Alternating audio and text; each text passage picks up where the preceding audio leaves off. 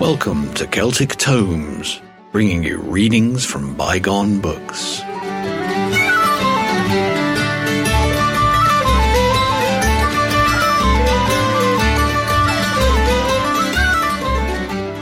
Welcome to Celtic Tomes, readings by Gary and Ruth from the classic books of Celtic lore and study. Book 2, Chapter 9 of British Goblins, Welsh Folklore, Fairy Mythology, Legends and Traditions by Wirt Sikes.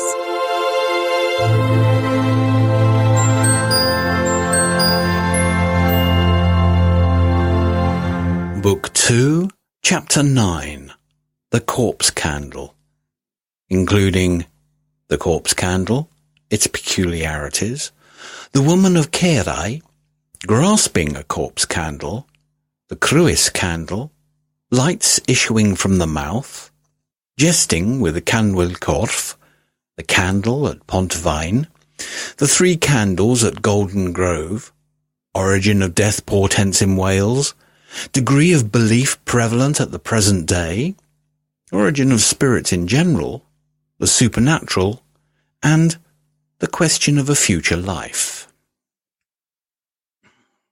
Section 1. Perhaps the most picturesque of the several death omens popular in Wales is the Canwyll Corph, or Corpse Candle. It is also, according to my observation, the most extensively believed in at the present day. Its details are varied and extremely interesting.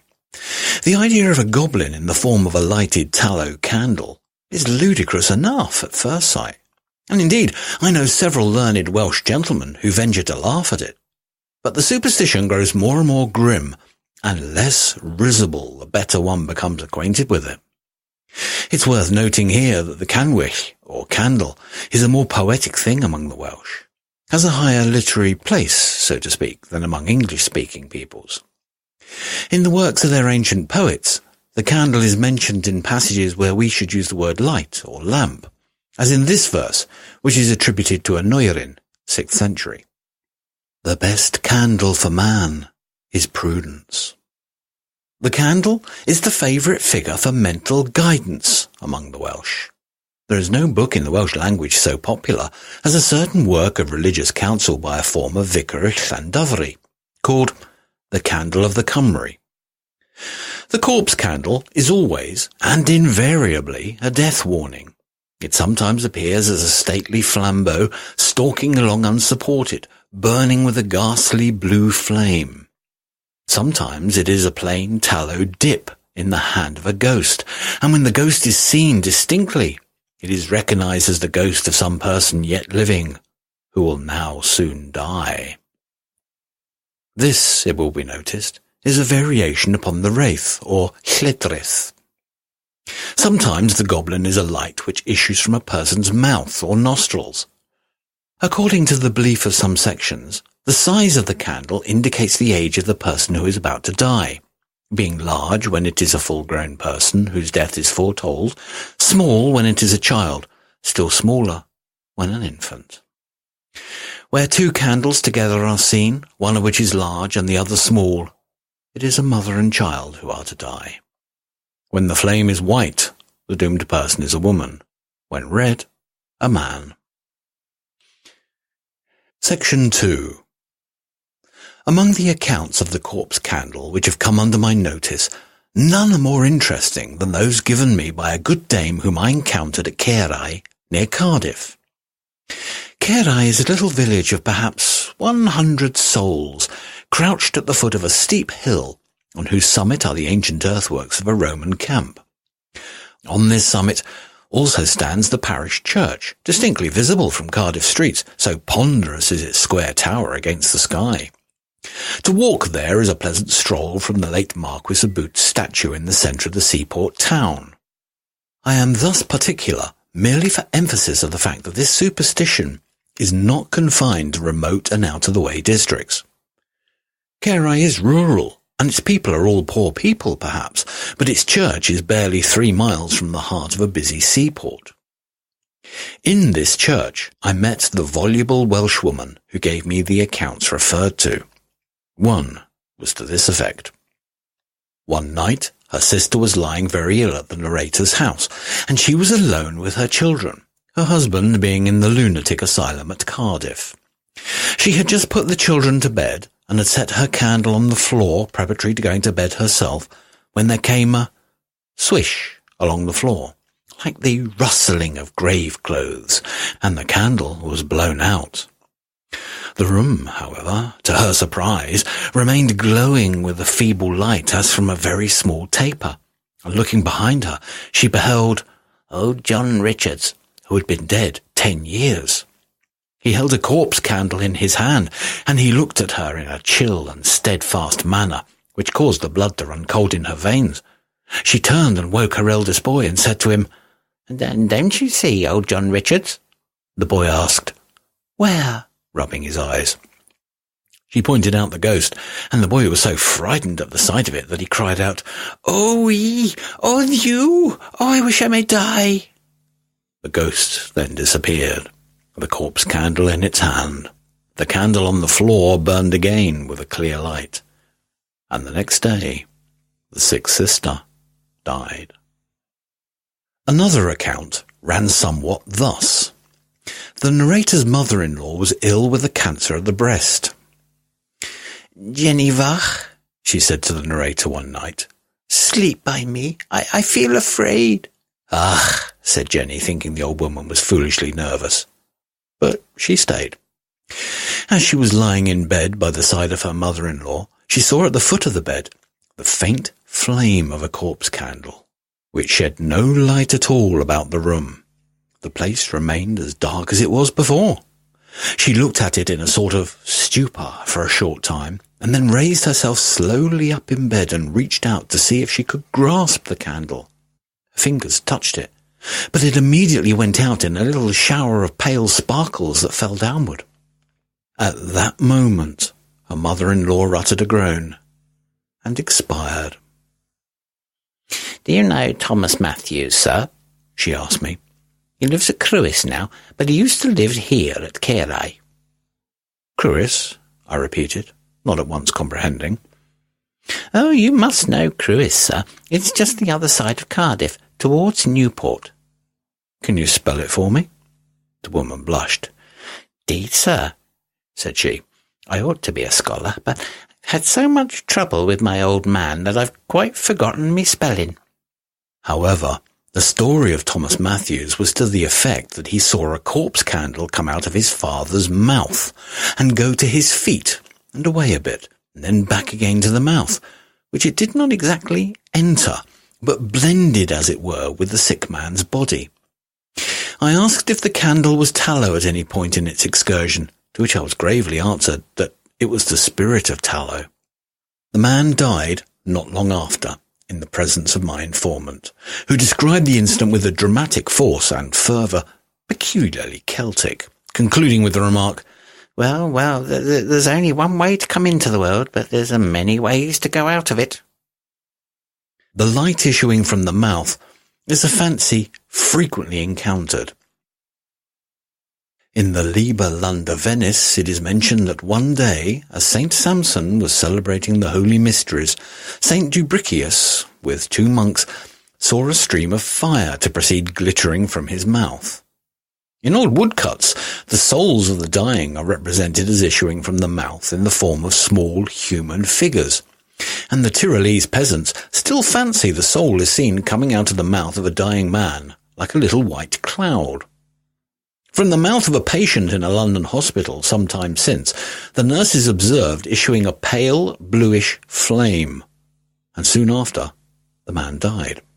The frightened nurses, not being acquainted with the corpse candle theory of such things, imagined the torments of hell had already begun in the still living body. A scientific explanation of the phenomenon ascribed it to phosphorated hydrogen, a result of incipient decomposition. Section 3. It is ill jesting with the corpse candle. Persons who have endeavoured to stop it on its way have come severely to grief thereby. Many have been struck down where they stood, in punishment of their audacity, as in the case of William John, a blacksmith of Llanboidy. He was one night going home on horseback when he saw a corpse candle, and his natural caution being at the moment somewhat overcome by potables, he resolved to go out of his way to obstruct its passage. As the candle drew near, he saw a corpse upon a bier, the corpse of a woman he knew, and she held the candle between her forefingers, and dreadfully grinned at him. Then he was struck from his horse, and lay in the road a long time insensible, and was ill for weeks thereafter.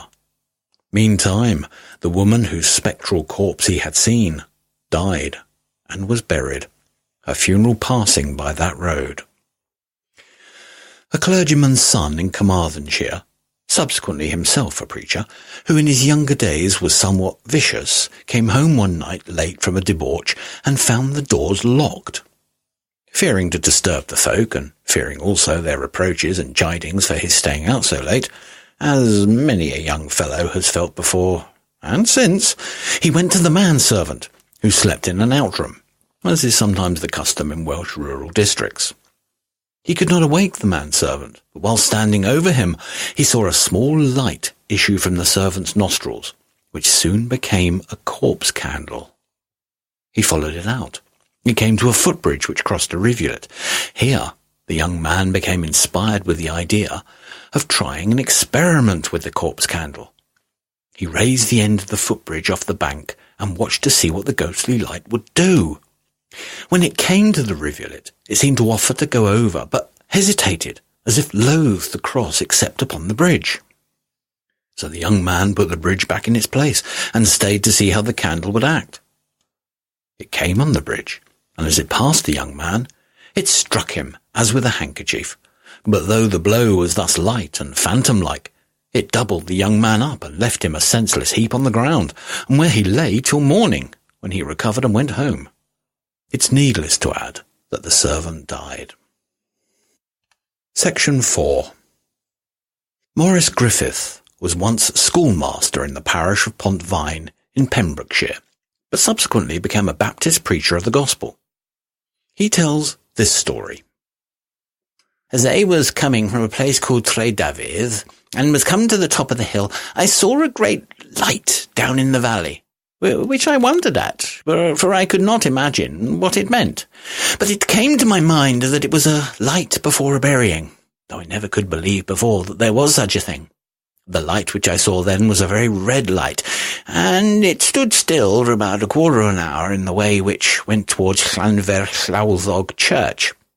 I made haste to the other side of the hill, that I might see it farther, and from thence I saw it go along to the churchyard, where it stood for a little time, and entered into the church, and remained waiting to see it come out, and it was not long before it came out, and it went to a certain part of the churchyard, where it stood a little time, and then vanished out of my sight.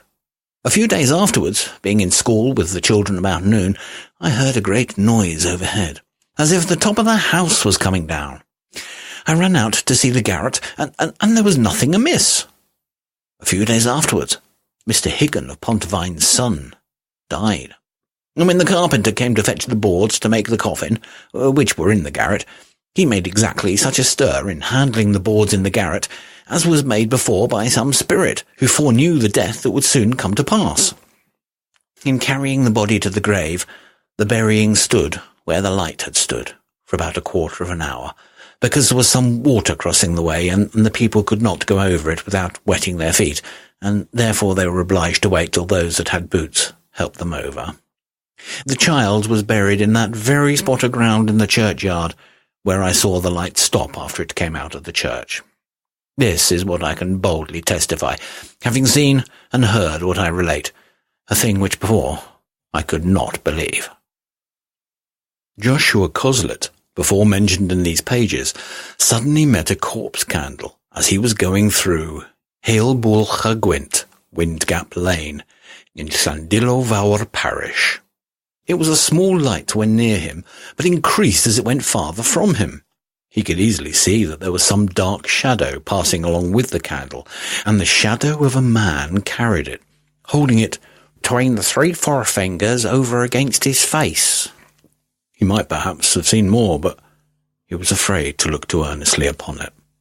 And not long after, a burying passed through Hael Gwent.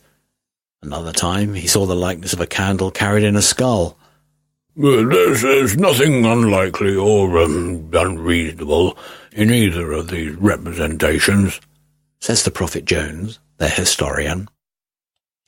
A Carmarthenshire tradition relates that one day, when the coach which runs between Llandillo and Carmarthen was passed by Golden Grove, the property of the Earl of Cawdor, 3 corpse candles were observed on the surface of the water, gliding down the stream which runs near the road.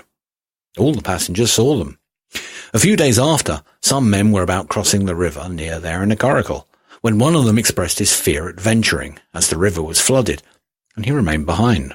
Thus the fatal number crossed the river. 3 corpse candles having foretold their fate, and all were drowned.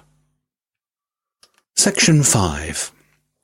Tradition ascribes the origin of all these death portents to the efforts of St. David. The saint appears to have been a great and good man, and a zealous Catholic, who as a contemporary of the historical Arthur is far enough back in the dim past to meet the views of romantic minds.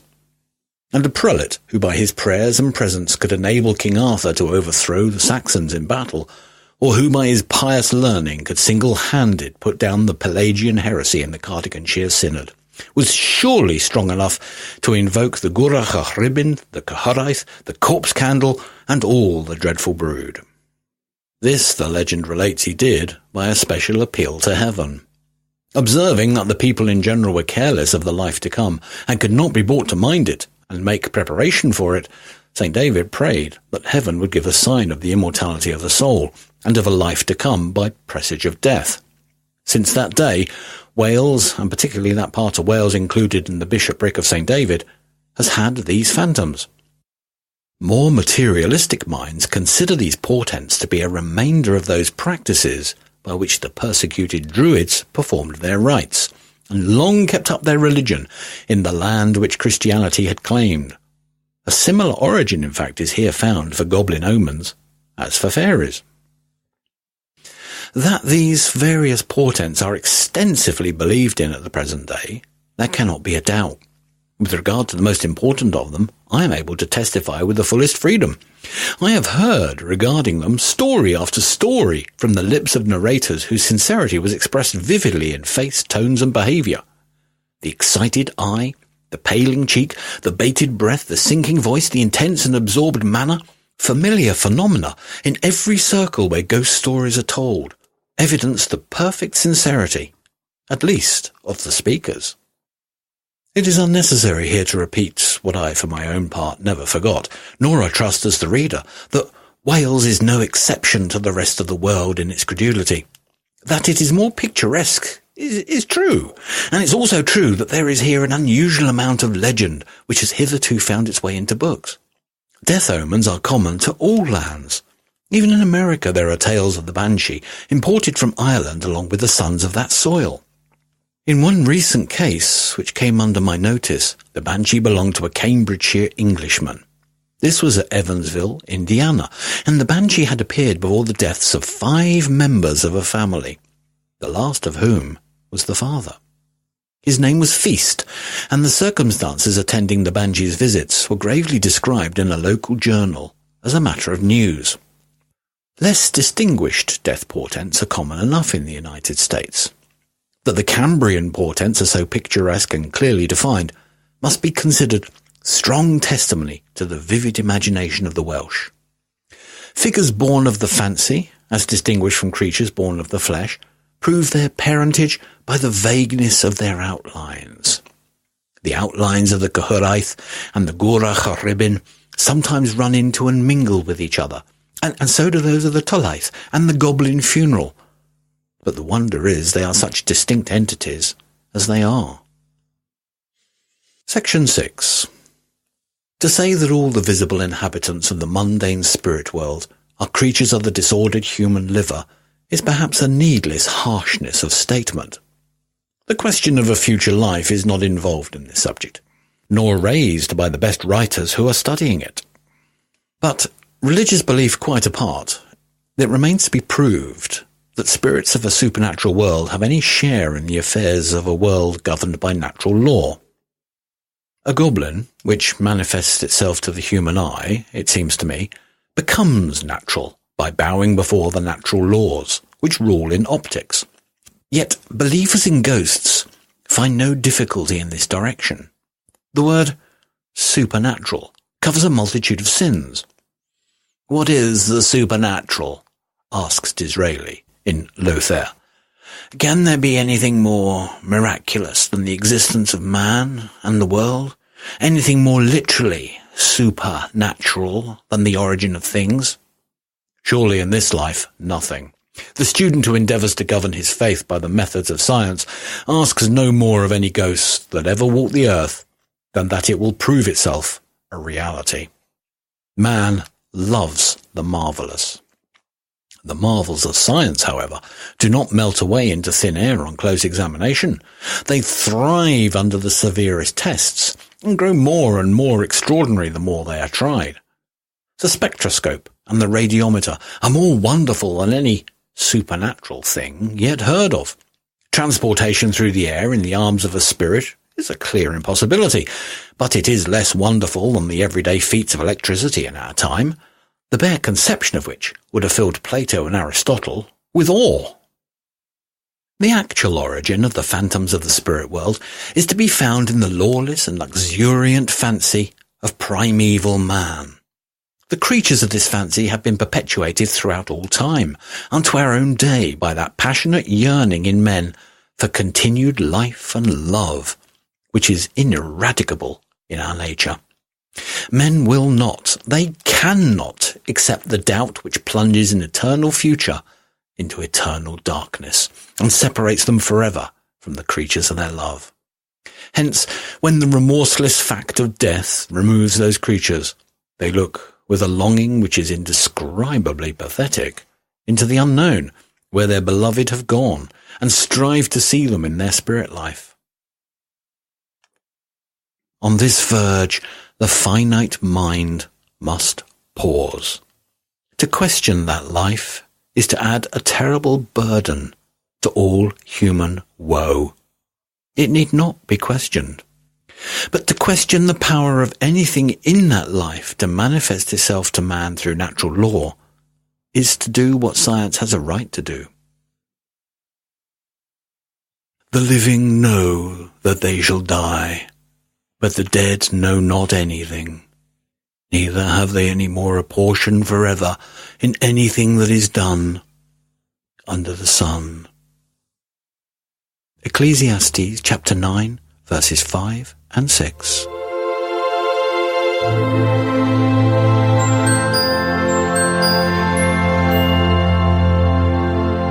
That was Book 2, Chapter 9 of British Goblins, Welsh Folklore, Fairy Mythology, Legends and Traditions by Wirt Sikes. A link to the full text can be found in the show notes at celtictomes.libsyn.com. That's LIBSYN.com. You can also find all of the names, place names, and other non-English words written down for you in the show notes in the order in which they appear in this reading. If you'd like to comment on this chapter, pop over to our show notes and join in or start a conversation. If you've enjoyed this podcast, why not try our sister podcast, the Celtic Myth Pod Show, which brings the stories of ancient Celts to life with narrative and drama, as well as bringing you modern Celtic music, stories and information. Find the Celtic Myth Pod Show in all the places where the best podcasts hang out, or on our website at celticmythpodshow.com. You've been listening to Celtic Tomes, read by Gary and Ruth. Our theme music is Gander in the Pretty Hole by Slauncher, and a link to their music can be found in the show notes at celtictomes.libsyn.com. This podcast has been produced by The Celtic Myth Show.